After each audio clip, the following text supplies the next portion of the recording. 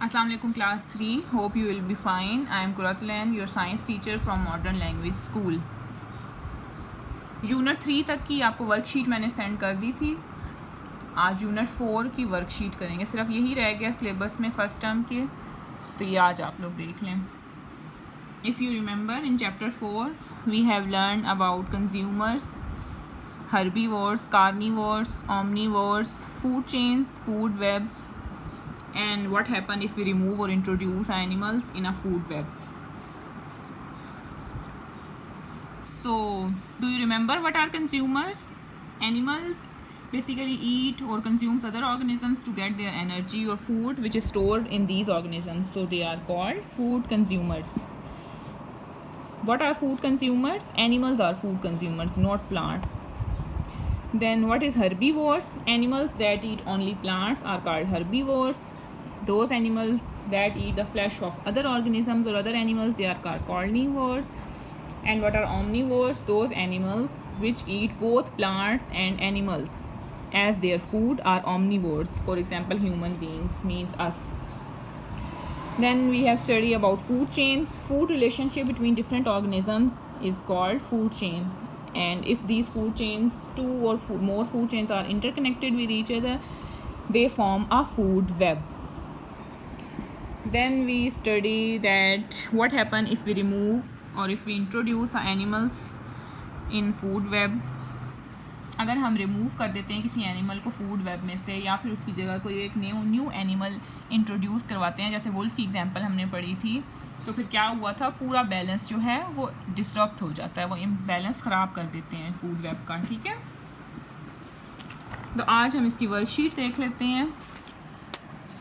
Unit 3 और unit 4 की worksheets आपको इकट्ठी व्हाट्सएप पे मिल जाएंगी. ठीक है, यूनिट 4 की वर्कशीट आप लोग देखें. सबसे पहला क्वेश्चन है फिल इन द ब्लैंक्स का.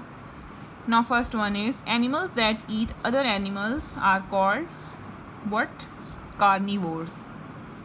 Number 2, all living things depend on dash for their energy, sun. Whether they depend directly or indirectly, but all the living things depend on the sun to obtain energy. A dash consists of 2 or more food chains, food web. Number 4, food relationship helps to maintain dash of population in community balance. Number 5 is animals that eat plants are called herbivores. ठीक हो गया. Next question is true false. Number 1, plants are called food consumers. No, it's false statement. मैंने आपको भी बताया था ना कि animals food consumer होते हैं, not the plants. Number 2 देखें, second organism in food chain is herbivore. Yes, it's true.